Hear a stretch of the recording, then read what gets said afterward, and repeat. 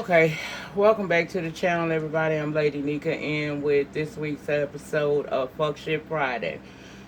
No, it's not. It's Shit Talking Saturday. Fuck Shit Friday and Shit Talking Saturdays are usually pretty much the same. It's the video of the week where I allow you all to send me topics and links to different things that have going on in the world, whether it come from the world of entertainment, sports, politics, whatever the hell.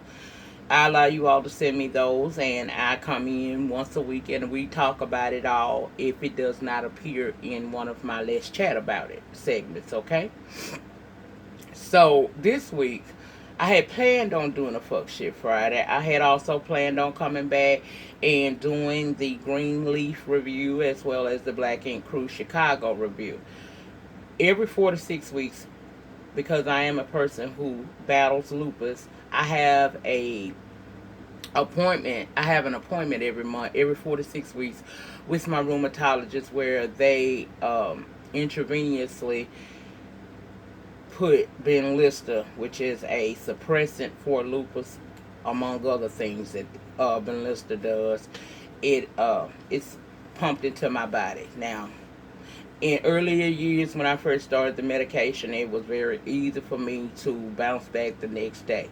As I am aging and still in battle with this disease, it becomes less and less likely that I can shake back by the next day and be able to go on about my day and do the things that I like to do. As a result thereof, sometimes I have to take a couple of days off, and that's what I did. That coupled with the fact that for some reason this year, I began to have severe sinus issues. Like right now, y'all wouldn't know that as big as my damn head is, it feel like two heads up here. Okay, I realize my head is the size of some hoes' waistlines, but bitch, just imagine that this shit, big as it is, having sinus pressure. So I haven't been feeling my best. The lupus situation, I'm pretty alright with it. I'm starting to feel better on that front. Now I'm dealing with the fact that all of this is normally congested and my nose is running. And I mean, if it ain't congested at night, it's running nose during the day. A lot of sinus pressure over my eyes, my head. I just feel like I could really just ball up in a big old ball and go on to the great beyond. But that ain't my story. That ain't what he wants for me. So here I am today to try to do the shit talking Saturday since I missed Friday. And I wanted to let you all know, because I do have some new subscribers, that I'm more consistent than this, but every few weeks this may be a part of my life. I could have came through and done it on, in the podcast format that I normally do when I'm not feeling my best. But I'm trying to be on camera and let y'all see me, because that seemed to matter to some people. So here I am on camera, head thumping, feeling like my head weighed about 75 pounds, bitch, to talk shit and swallow spit on this edition of Shit Talking Saturday. So let's roll with the punches. Oh, one more thing. For those of y'all who do enjoy my Black Ink Crew Chicago videos, I didn't do it this week, but stay tuned. It'll be at the end of this video. Greenleaf will be a separate video all by itself, because that's my shit, and I'm not going to fuse all of that into one video, but this will be a lengthy video.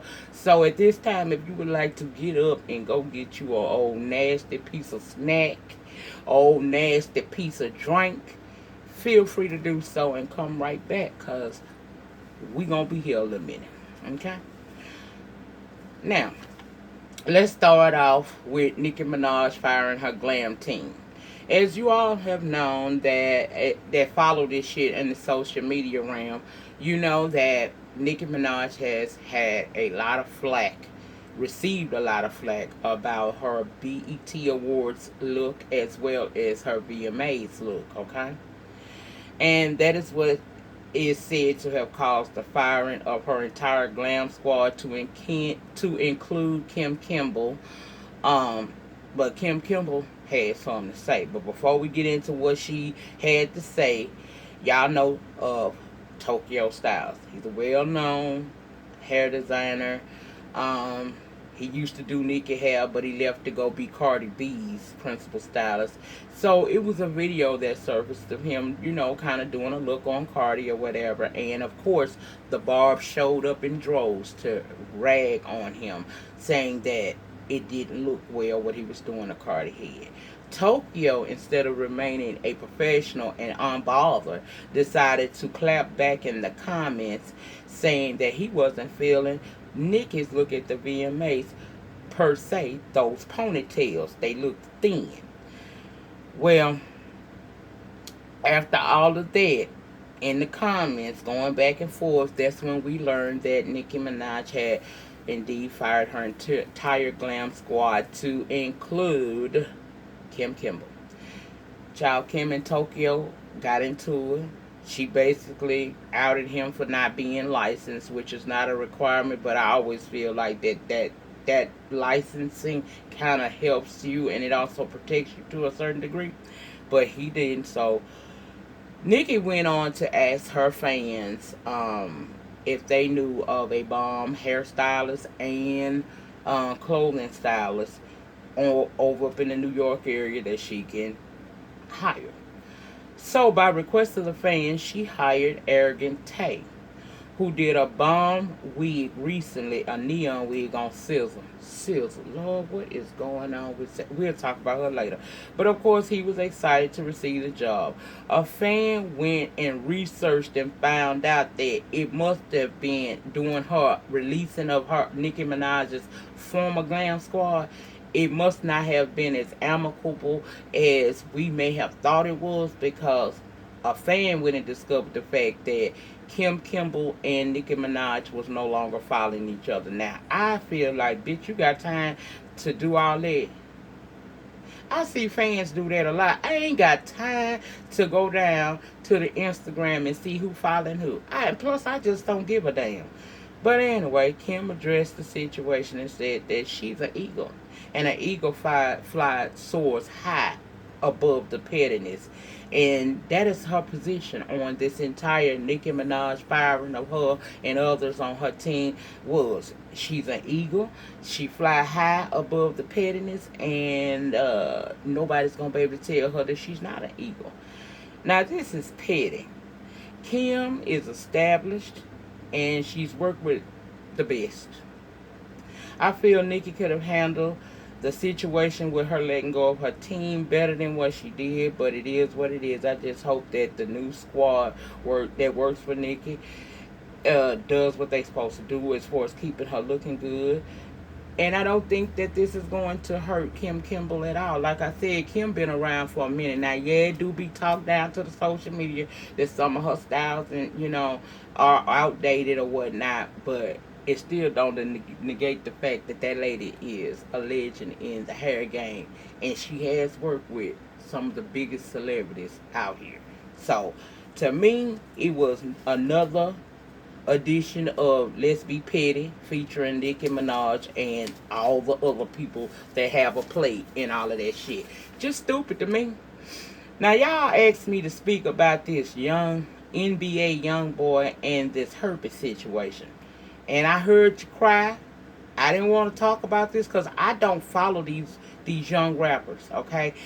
If your ass wasn't already on the charts by 2000, I probably don't know you. And if I do, I know of you. I don't follow your career, and I spend probably no coins towards you. But in the interest of doing what you all asked me to, I went back and I did a little research. And from what I got is this all started with his girlfriend, ex-girlfriend, Janiyah, okay, having this black eye. Now, people were saying that he hit her. She rebuffed it and said that her father actually is the one that hit her in the eye. Now, this girl is dumb as fuck because she's also supposedly pregnant. And as it's reported, if her father gave her that black eye, girl, you just opened up some probable trouble for your father, because you young and you pregnant, you female, and you walking around with a coat eye. And to take the heat off a young NBA young boy, you said your daddy did it. Make that make sense. Now, there's one aspect to be considered.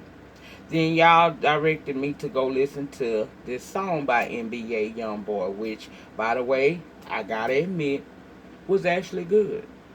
He ain't no mumble rapper, y'all. So I was surprised. But in this song, he talks about him having herpes, how it got in his bloodstream, and the song is called Can't Be Saved. It's a good song, y'all. Y'all should go and check that out at your earliest convenience. Like I said, he does the admission to his fans that he does have that. So once he said that song came out, from what I'm gathering, based off what I researched down to the Instagram, Twitter, and the little Facebook, what I gathered was after that song came out, fans began to assume that Janaya had actually given NBA Youngboy this damn herpes because she was said to have cheated on him before with someone who had already been known to have infected someone else. However, she took to her social media talking about it does she don't have it, he does, and that's his problem. We ain't even gonna talk about the fact that I watched the IG live of his mama. We gonna get into that later. Bottom line, this girl is young and she's silly and she's sad. 18 years old, pregnant by a rapper who has disrespected you on several occasions and alleged to have a kid on the way by you as well as someone else.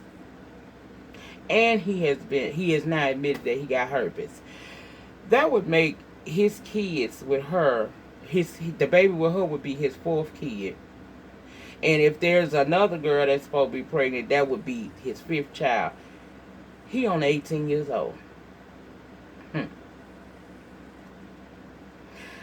From what I see, this boy has no interest in this Janaya girl or the kid that she's carrying. She's having now to come up with stories about that black eye she had. This seemed like a episode of Love and Hip Hop. I swear to God it is. She done got a black eye, been disrespected, pregnant by this rapper who is a known hoe, I guess. He's going around paying her dust, living his best life with herpes, and now she out here talking. I just didn't get it, y'all. I don't know. I don't get what she talking about. Kids need to grow at an appropriate stage is what I feel like. She lacking something. That's what I got. Some people need to take parenthood more seriously because this is the result of lack of love and teaching your children self-worth. That girl has no self-worth. Young ladies, you do not have to be a Janaya. You do not have to subject yourself to dealing with a man who do not respect you just to be seen with a rapper, and your damn show shouldn't be out here procreate. Love yourself more. I'm amazed at social media today because coming along, we didn't have social media. So when I see these girls on Instagram and whatnot doing all of this just to get the attention of these famous rappers, only to get with these guys and they treat them like trash, possibly leave them with, a disease and a baby that they don't care nothing about. Case in point, Fetty Wap. Now, he may not have, I ain't heard nothing about him giving no disease. Let me just put that out there. But don't he got about 99.99 kids? And it's only 24 hours in a day.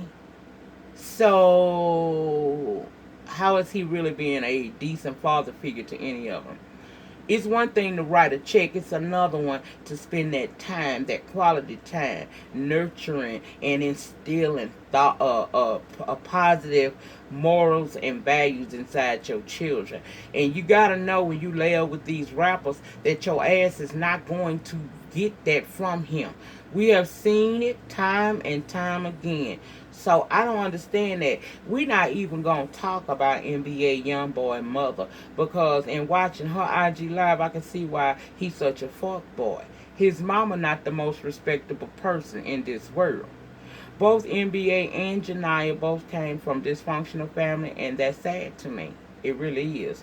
I respect him for admitting that he has herpes, and I see no reason why people would be clowning him for that, because he spoke the truth. He put it out there. So all of you young girls who still gonna be at his concerts and down at the hotel after the concert, trying to see if you could be the lucky one to go upstairs with your NBA young boy, you can't cry wolf after you lay up with him and you come away with these damn herpes, okay? Because he told you. I would rather them do that than to be a R. Kelly or a Usher who walks around denying that they got anything but secretly paying off lawsuit after lawsuit because they don't want it to get out, but we still know. Child, that's all I have to say about that. All I know is that's a crazy ass situation. I don't know who hit that girl in her eye. She's saying it ain't NBA young boy, but based on how his lack of respect for her, his lack of concern about this child that he supposedly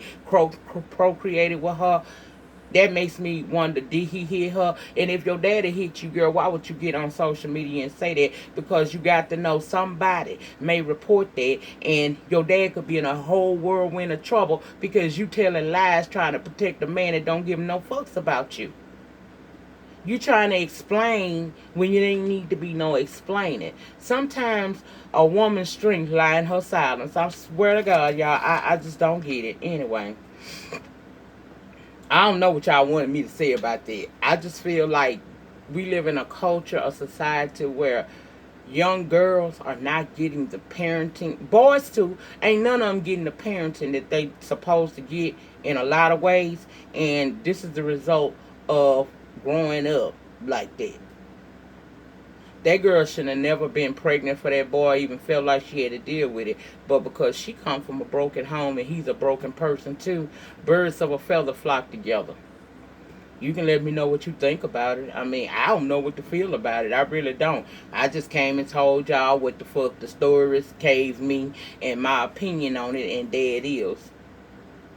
Young ladies, y'all are worth more.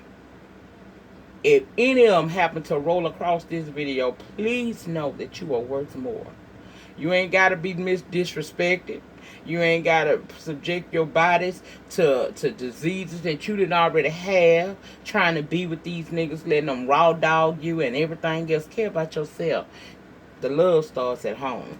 Okay? And if you didn't get it from your parent, know that you are worthy to be loved. I just told your ass. What else you need? Yesterday, we laid our Queen of Soul to rest in a 7-hour televised funeral. It was a ceremony, in my opinion, befitting the Queen, and all of my favorite parts of it was Fantasia, the Clark sisters, and Jennifer Hudson. Everyone that came out and showed love and respect is appreciated, at least by me. Who was your favorite performers and speakers at the Aretha Franklin's funeral yesterday? Y'all let me know what y'all think happened after the funeral. Bitch, I sure want to go to the repast. That should have been televised. Child, I was hollering.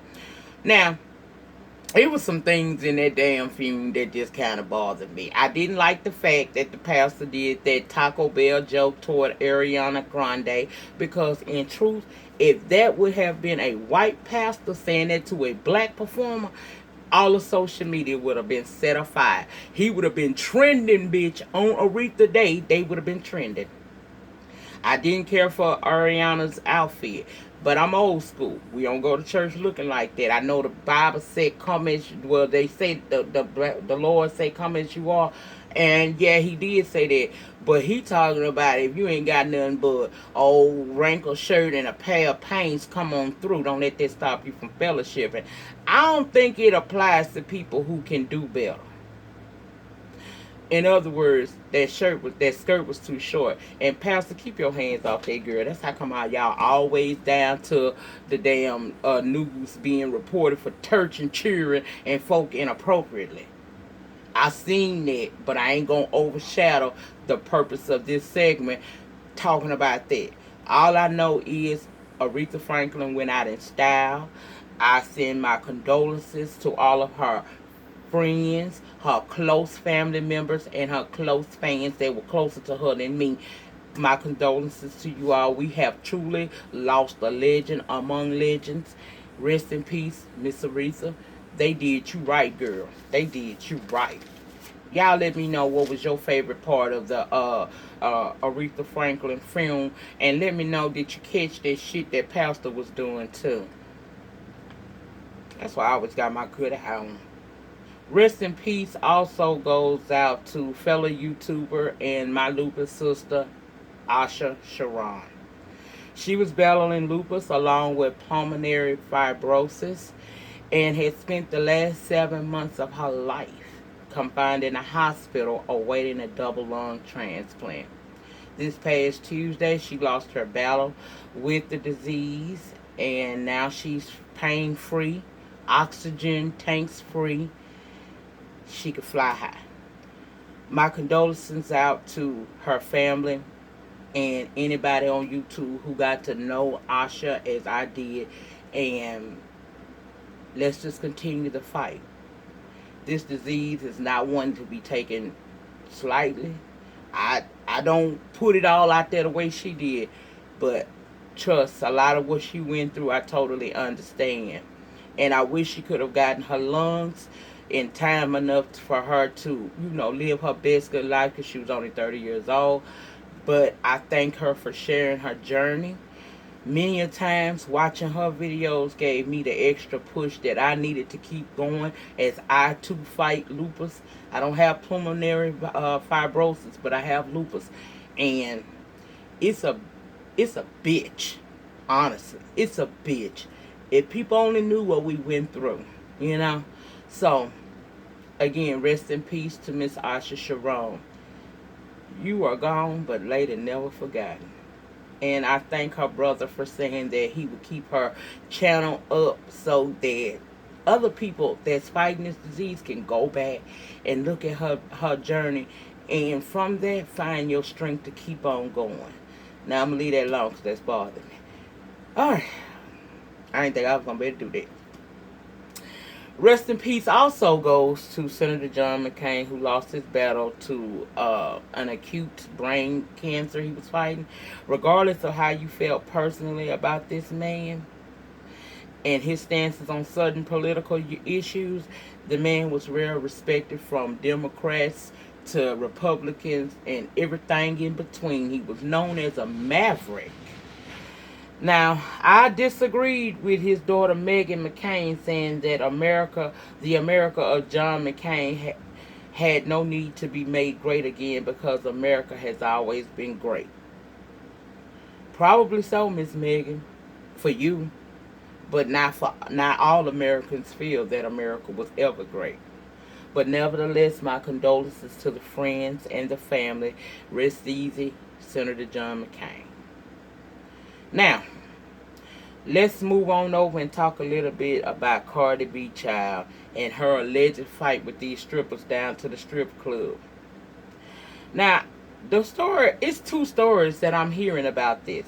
One is saying that Cardi B got into it with the stripper and her sister because they were enemies of Cardi B's friend, who is now incarcerated, Star Brim. Then the other rumor is that they got into it because the stripper was sleeping with Offset.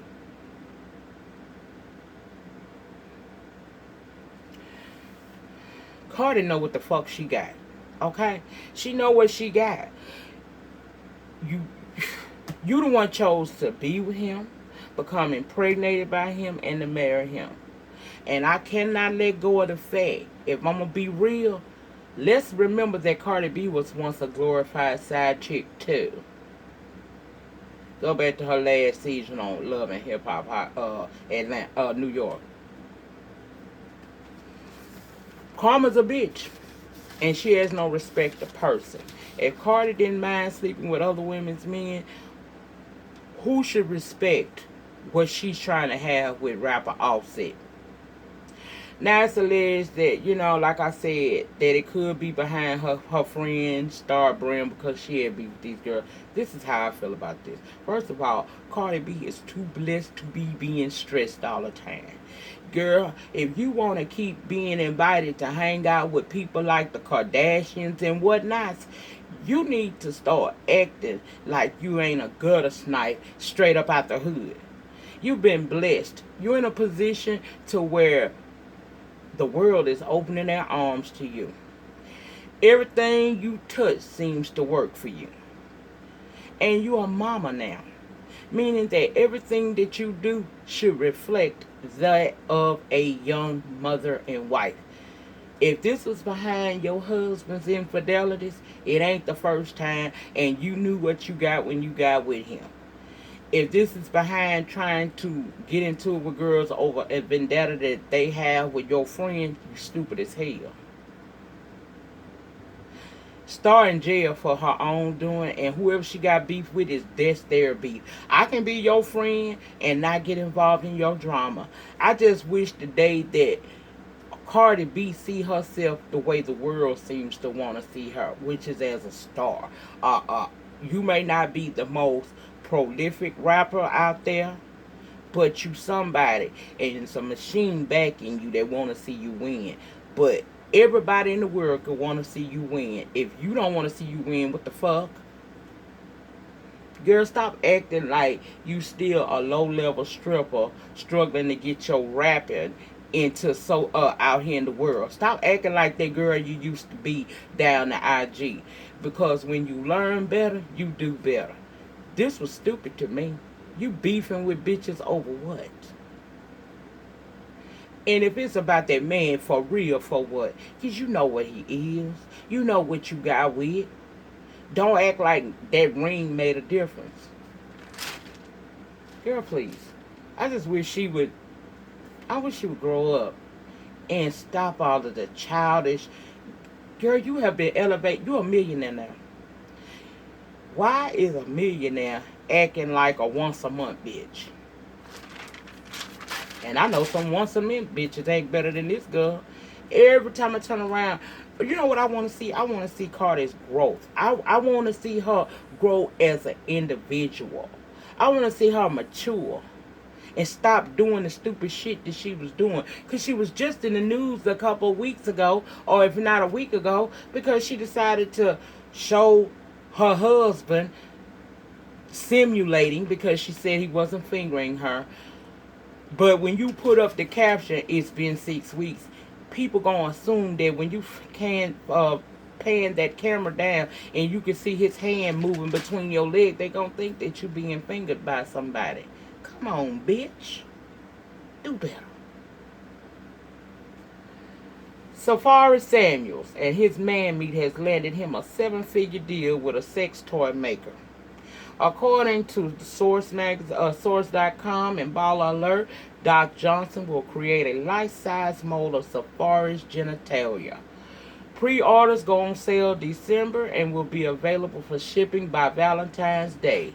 I guess it's a gift for some and a necessity for others who are a bit lonely around the nation's Love Day. Bitch, I gonna get one. I swear to God, I don't need it. But bitch, y'all know I'm a connoisseur of dicks. I love to buy them and look at them. I don't have to necessarily use them because I can get somebody to do the job for me. I ain't lonely. But my thing is, I wonder how many people really go by. Bitch, you know some women gonna get there right. Might have to make me check into Doc Johnson, honey. You know y'all know I'm a VIP over at Candy Bedroom. I'm about to get VIP with these people too. Are y'all interested in that? Be honest. You ain't gotta say in the penny that you gonna buy it. Or bitch, are you gonna be online trying to get a glimpse of what it looks like? Let me know your thoughts on that below. Let's talk Big Hip Tim of Sweetie Pies. Tim Norman. Now, this incident that he was arrested for this past Tuesday or Thursday resulted from an incident that occurred last year. Tim was hit with a misdemeanor assault charge earlier this year by the DA in Harris County, Texas, for punching Horace Hodges, a former employee of the Sweetie Pies. Hodges alleges that he was talking to Norman about paychecks for other employees, and the conversation escalated quite quickly, resulting in Tim getting upset and punching Mr. Hodges in his left eye. He was booked Thursday in Harris County and has since posted a $500 bail. Arraignment is set for later on in the month. Y'all tell me what y'all think about that. Y'all think Big Hip Tim got some damn aggression issues? I was hollering when I read that. I said, so was everything. Now, I ain't finna go. I ain't riding with the Clydesdale. I still ain't riding with the Clydesdale. I don't think that man was doing too much to her. But it sure do give a little credibility to her saying that she need a restraining order because he tends to get violent. But I ain't putting that in the atmosphere. Y'all just tell me what y'all think about all of that below. A former college student is sentenced to a year in jail after she lied about being raped by two black athletes. Nicki Jovino had zero remorse and even rolled her eyes during sentencing for lying on two black male athletes saying they raped her. In 2016, Jovino had sex with two black male athletes and it was consensual. It took place in a bathroom during a party. She later lied to garner sympathy from a love interest. She confessed 3 months after she alleged these two men had raped her. She confessed because police found too many inconsistencies in her story. She tried to avoid jail initially um, back in June. No, she tried to avoid jail initially by claiming mental illness, but in June accepted a plea deal to plead guilty to misdemeanor charges for falsely reporting an incident and interfering with police. Under the agreement, Yavino will serve. Her 3-year sentence will be suspended after she completes a year in jail, followed by 3 years of probation. During the sentencing, she appeared annoyed, staring blankly, rolling her eyes while shifting her weight from one foot to the other. Her lawyer denied that she did that in court, stating that that was clickbait for stories later to be told about her. Both, I got to reposition myself, bitch. Both of her victims were given the opportunity to speak during the hearing. An attorney read a statement on behalf of one of them while the other guy addressed her ass right there in court. The one present stated that his life has been altered and shaped in ways no one could imagine.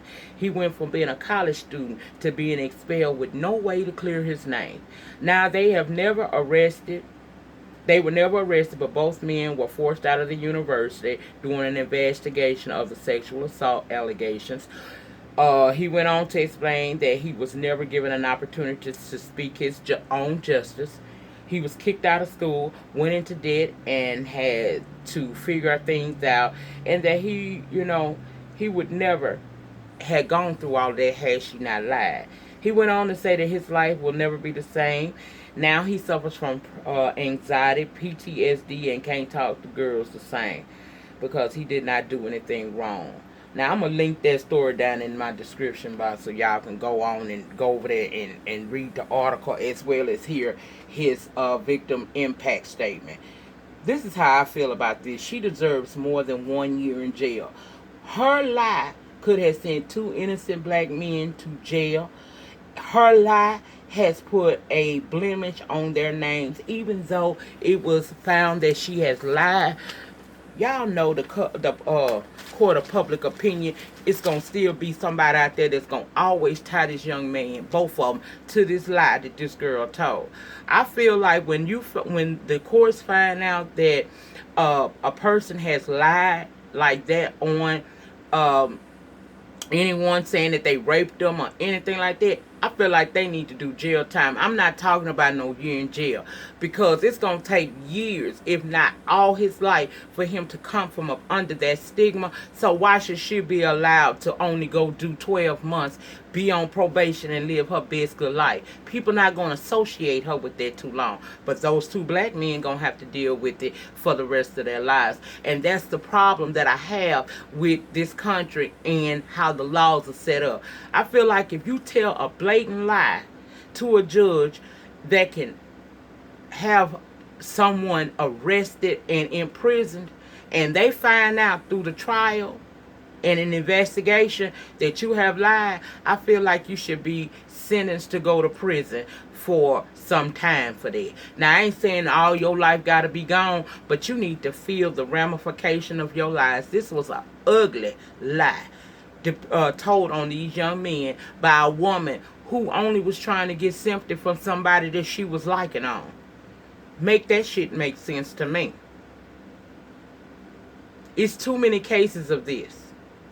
I remember a time, about a year or two ago, I heard about a story where this guy had actually gone to prison and been in there for some time, and he was found to not have actually raped this girl. They let him out of jail. Yeah, they gonna cut him a check for his inconvenience, but you ain't never gonna be able to get him that time back. You ain't never gonna be able to get him his career that he was striving for back. All because a female decided to say, he raped me. Now, when a woman has truly been raped, then I feel that we should investigate, arrest, and convict. But if a person hasn't done this and you lie and it's found out that you lied, then I think you should face prison time, not jail time. It's a difference between jail and prison. You need to have your life altered the way your lie altered someone else's life. I'll link that story below so that you guys can go over. And let's talk about Officer Roy Oliver. Who is that, you may ask? Well, he is the officer that fired the fatal shots that ended the life of 15-year-old Jordan Edwards. Roy Oliver was sentenced to 15 years in prison for the murder of 15-year-old Jordan Edwards. The boy was shot while riding in a car full of teens leaving a house party. The jury also imposed a $10,000 fine on Oliver. The 38-year-old officer was convicted Tuesday. During the trial, Oliver claims he fired at the car after seeing it move toward his partner, and Officer Tyler Gross. He felt that his partner's life was in danger, but when Gross took the stand, he testified that he did not fear for his life and did not feel the need to fire his weapon.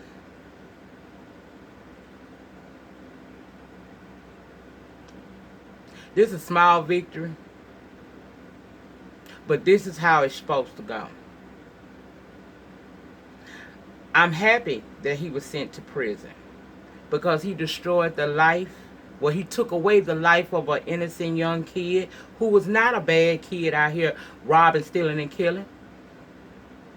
So this story made me happy in the sense that, in a way, it's justice being served, but at the same time, I have to think about the countless other victims that have died at the hands of law enforcement, and they get to walk away free. It makes me feel good that the Jordan family can rest easier, but you ain't, even though this man is going to prison for 15 years, it's never going to bring back Lil Jordan. All of the things that Jordan ever wanted to be or could have been in life will never be because of one officer deciding to take it a little too far. So I don't feel bad that this man is going to jail at all. At all. Okay? Bye. More of your comrades need to go that do things like this. Because for this one victory, it's been by 6 or 7 others that have walked free. And that's not fair. We need to tighten up these laws in our country.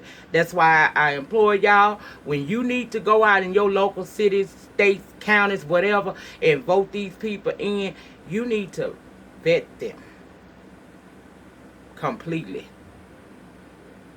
And don't be afraid to speak out. Let your vote be heard. Also speak out at your council meetings that go on in your state. I'm always at one, and man, I know they get sick and tired of me because I always got a question or a comment. But as an American, that's my right, and I exercise that. That way, when I get on videos such as this and I go the fuck off, I can at least say, well, I do this, this, and this in my community, to be able to sit in front of this camera and say what I say about these police officers. Not all are bad, but you got some out there that thinks that it's okay to take their life, take the law into their hands and kill your kid and claim that they were scared.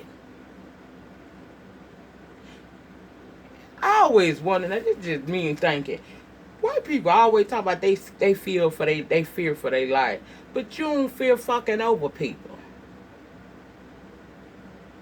I'm glad he going to jail. I don't feel bad for him at all. I'll link that damn video, this story down in the not the comment, the description box, so that y'all can go and check it out for yourself. And also let me know your thoughts and opinions on that.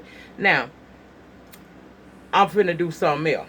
Thank you to Kels3964 for assisting with these stories this week. You are one of few who gave me some stories. I really, really appreciate the fact that you watch my videos. You watch it even when it's in podcast format. I'm not on screen. I appreciate your kind words and your words of encouragement. I really, really do appreciate that. It's not often that you can look down there and see people that off the top, even if they ain't agreeing with the fuck you talking about, gonna keep it respectful. I got a lot of that from y'all down there in my comment sections. I'm behind on answering y'all comments and stuff. I'm sorry, y'all. See how I'm having freezes right now? It's been a rough one, bitch. Okay, just bear with me. I'm gonna get the shit together eventually. But I had to single him out because I was all up down his timeline. Send me this. And not one time did he say, bitch, that's your channel. This is your video. You go do the research for yourself. Now, I did go back and I read up, but the stories and I didn't know about some of this stuff. And he's the one that shared with me via his Instagram what was being said in the blogs and what's going on in the country, overall. So I thank you for that. I really do thank you for that, Kels. You one of my, you ain't no A1 from day one, I don't think, but whenever you came, I sure am glad that God sent you over here, because I need people like that that's supportive. I thank all of y'all that support me, because you really don't have to. It's a choice with YouTube, and I do take this very seriously, because not only is this a hobby, bitch, it's fun for me. This is how I get to say what I want to say and, bounce my ideas and thoughts off on y'all. So thank you, Kels, for coming through for your girl. Now, before I get off topics and jump into this black ink real fast, let me just say, fuck Evelyn Lozado. I'm so sick of that raggedy bitch. Bitch, everything you got has been received off the back of another individual, meaning that you fucked your way in and it looked like you gonna fuck your way out. I was offended by the Lily comment that was made on Basketball Wives this past week.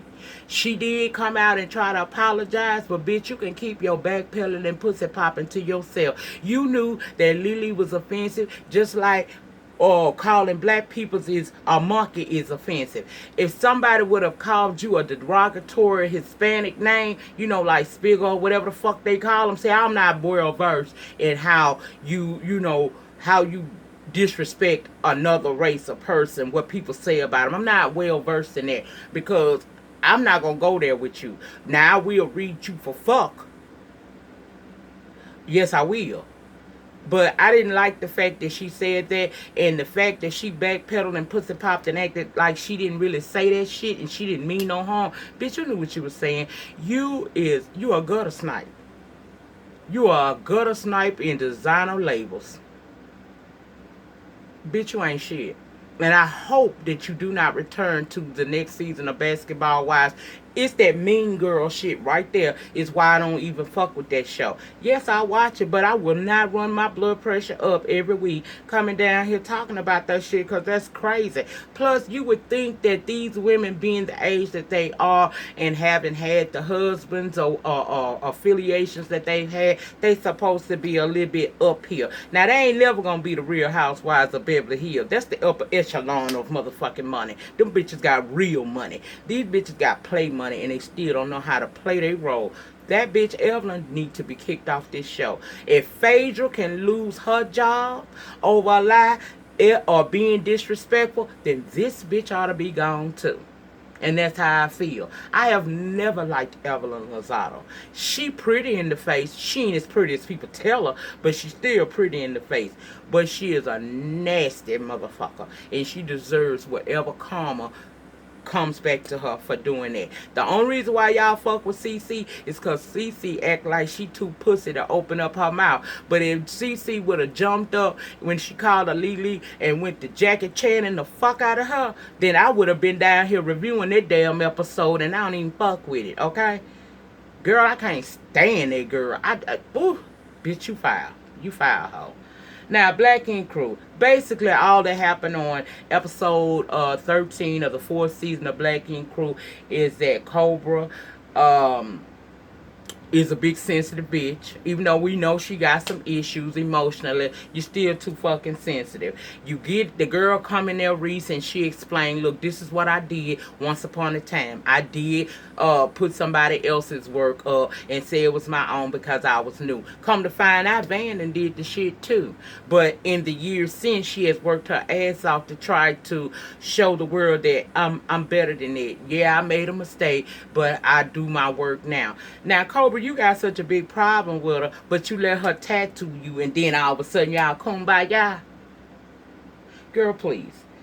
Then you got Charmaine in this baby thing. Charmaine look like she barely can remember to take care of her damn self. I was hollering when they sit at that table with Nick Mama and Charmaine parents, and them people was on the same damn plane.